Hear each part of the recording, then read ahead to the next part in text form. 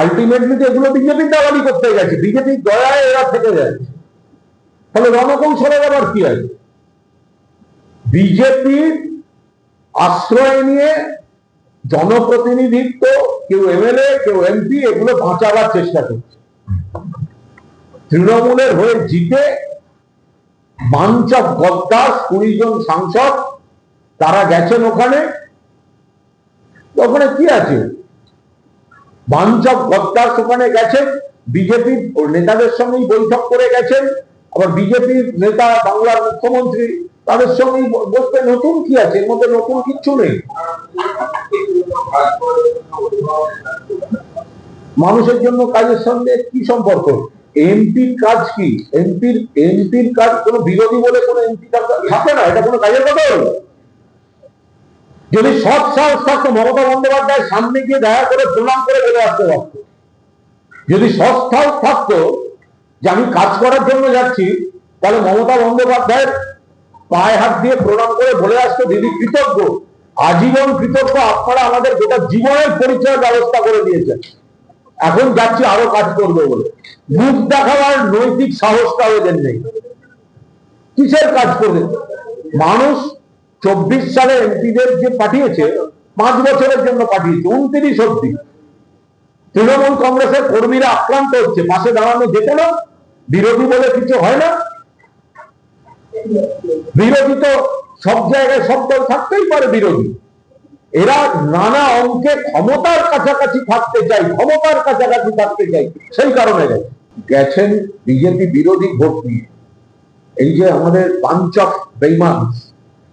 Of বেইমান যারা গেছেন, 20 জন সাংসদ বিজেপি বিরোধী ভোট নিয়ে গেছে 5 বছরের জন্য। 29 অব্দি ওনাদের মেয়াদ। মমতাদি মুখ্যমন্ত্রী থাকলে ঘুরঘুর ঘুরঘুর ঘুরঘুর ঘুরঘুর ঘুরঘুর ঘুরঘুর আদিক্ষেতা এইসব হতো। আর এখন মমতাদি ক্ষমতায় নেই, তাই জন্য তারা এখন বিজেপির কাছে ভালো থাকতে গেছে। এখন নরেন্দ্র মোদীকে দেখে মুগ্ধ। কে আবার বৃষ্টিতে খুব সুন্দর করে দেখলাম বৃষ্টি ফোঁটা হাতে ধরছে গো। তো এইসব ধরনের ঘটনা সব ঘটছে। তো অ্যাকচুয়ালি তো এরা হচ্ছে বেসিক্যালি বেঈমান, গদ্দার, বিশ্বাসঘাতক। কোন লজ্জায় বিজেপি বিরোধী ভোট পেয়ে জিতে গিয়ে বিজেপির কোলে দোল খেতে যাচ্ছে? এদের তো সাংসদ পদ খারিজ হয়ে যাওয়া উচিত বেঈমানির জন্য। অ্যান্টি ডিফেকশনে পড়ে গেছে অলরেডি। মুখে বলে মিটিং করছে বিজেপির সঙ্গে, নরেন্দ্র মোদীকে দেখে হঠাৎ নাকি মুগ্ধ হয়ে যাচ্ছে। মিটিং করছে বিজেপি নেতার বাড়িতে, মুখে বলছে এনসিপিআই তে আছি, আর যখন বক্তৃতা দিচ্ছে পার্লামেন্টে তখন লোকসভা টিভি লিখে দিচ্ছে তৃণমূল সাংসদ। এরা আছে কোথায়? গিরগিটি, বহুরূপী, বেঈমান। এরা কি? এরা কোন দলে আছে? কোথায় আছে এরা? এরা তৃণমূল। তাহলে স্পিকার ওখানে এআইটিকে লিখে দিচ্ছেন কেন? তাহলে লোকসভায় বক্তৃতার সময় তৃণমূলের পরিচয় ব্যবহার করতে পারে। এনআই ওই কি এনসিপিআই লিখুন। আবার যাবে বলছে বিজেপিতে, আর বিজেপি নিচ্ছে না। বিজেপি নিচ্ছে না, বিজেপি নিচ্ছে না। আর নিলে মানুষ আরো পরিষ্কার দেখতে পাবেন। তো মমতাদির সঙ্গে শুধু বেইমানি করছে না, শুধু তৃণমূলের সঙ্গে বেইমানি করছে না, একজন ভোটার যারা বিজেপির বিরুদ্ধে ভোট দিয়েছে তাই এরা সংসদে গেছে। রাজনীতি নিয়ে, বিশ্বাসযোগ্যতা নিয়ে প্রশ্ন তুলে দিচ্ছে এদের এই আচরণ। বাঞ্চ অফ গদ্দার। কত বড় নির্লজ্জ হয়ে এই কাজ করতে পারে?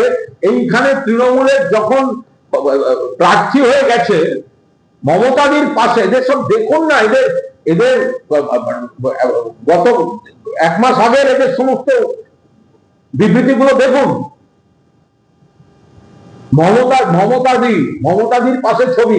এদের জেতাবার জন্য মমতাদি এদের নির্বাচনী কেন্দ্রে গিয়ে প্রচার করেছে, ঘুরেছে। কেউ কেন্দ্রীয় মন্ত্রী ছিলেন, বেঈমান সুদীপ কেন্দ্রীয় মন্ত্রী ছিলেন, এই ছিল, ওই ছিল, সব ছিল। এরা হঠাৎ এখন নরেন্দ্র মোদীকে দেখে বলছে মুগ্ধ। কেউ না, আশ্রয় খুঁজছে, আশ্রয় খুঁজছে, প্রোটেকশন খুঁজছে তৃণমূল। আচ্ছা, ওরা কোন দলে? এনসিপিআই, তাহলে তলায় এনসিপিআই লেখা নেই কেন? কেন তৃণমূল লেখা আছে লোকসভা টিভিতে? ওরা মুখে বলছেন এনসিপিআই তে গেছি, তলায় লেখা তৃণমূল। তার মানে স্পিকার এখনো এনসিপিআই কে দেননি। তাই যদি হয় তাহলে তো অ্যান্টি ডিফেকশন অ্যাপ্লিকেবল। ওটা বিজেপি পায়ে ধরে, নরেন্দ্র মোদী পায়ে ধরে বাঁচার চেষ্টা করছে এখন এই গদ্দার গুলো। স্বীকৃতি পায়নি কেন এখনো আছে? কেন এখনো আছে? স্পষ্ট ভায়োলেশন। অ্যান্টি ডিফেকশনে এই 20 জনের মেম্বারশিপ চলে যাওয়া উচিত। বিজেপি এদের বাঁচিয়ে রেখেছে এখনো। যারা বলেছে আমরা তৃণমূল ছেড়ে চলে গেছি, এনসিপিআই কে জয়েন করে গেছি, তারা কি করে এখনো টিভি, লোকসভা টিভিতে যেটা স্পিকার কন্ট্রোল করেন, সেখানে কি করে তৃণমূল লেখা থাকে? তার মানে স্বীকৃতি দেয়নি, স্বীকৃতি পায়নি। তাহলে কেন তাদের এখনো পর্যন্ত লোকসভা সাংসদ পদ যাবে না? নির্লজ্জ বেহায়া। রাজ্যসভায় যারা বিদ্রোহ করেছে তাদের সঙ্গে আমাদের যুক্তির লড়াই আছে, কিন্তু তারা ইস্তফা দিয়ে দিয়েছিল। লোকসভা যদি দম থাকে ইস্তফা দিন না, লোকসভার মুরত থাকলে ইস্তফা দিন। আসুন এনসিপিআই বা বিজেপির হয়ে জিতে আসুন। আমাদের দল যদি খারাপ হয়, তৃণমূল যদি খারাপ হয়, আপনি কষ্ট করে আছেন কেন? তৃণমূল কর্মীরা মমতাদির ছবি সামনে রেখে আপনাদের এক একজনকে জিতিয়ে পার্লামেন্টে পাঠিয়েছে বেইমানি দেখার জন্য। বিজেপি ক্ষমতায় থাকলে ছাত্র আন্দোলনের উপর লাঠিটা হচ্ছে একটু আধটু আন্দোলন করতে গেলে সহ্য করতে হবে। একটু আধটুটা কি? যে পরিমাণ দমন পীড়ন হয়েছে, ছররাগুলি ব্যবহার হয়েছে, যে পরিমাণে মারধর হয়েছে, সেটা একটু আধটু? আর বিজেপি ক্ষমতায় থাকলে একটু আধটু, আর অন্য সরকার থাকলে তখন বিজেপি প্ররোচনা দেবে, আর সেই সরকার যদি একান্ত বাধ্য হয়ে ভিড় সরাতে যায় তখন সেটা হয়ে যায় আপত্তি। যেভাবে নিট নিয়ে ছাত্রছাত্রীদের আন্দোলনে দমন পীড়ন করেছে, শুধু ছাত্রছাত্রী নয়, এটা শুধু জেপি নাড্ডা ছাত্রছাত্রী বলে গুলিয়ে দেবেন না। কৃষকরা ঢুকেছেন, তাদের উপর আপনারা লাঠিচার্জ করেছেন।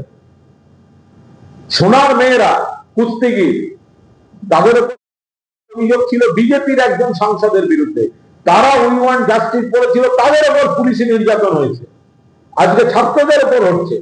দিল্লিতে রাজধানীর বুকে যারাই গণতান্ত্রিক পদ্ধতিতে সরকারের বিরুদ্ধে প্রশ্ন তুলে বলছেন রাজাতোর কাপড় কোথায়, তাদের উপরই পুলিশি নির্যাতন বিজেপি সরকার করছে।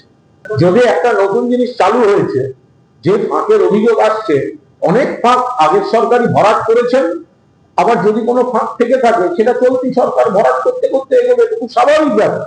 একটা নতুন জিনিস চালু হয়েছে এবং সিস্টেমের বাইরে গিয়ে সাধারণ মানুষ, গরিব মানুষের স্বার্থে চালু হয়েছে, যেখানে ঘুঘুর বসা যারা চালায় তাদের চক্রে গিয়ে ঢিল পড়ছে।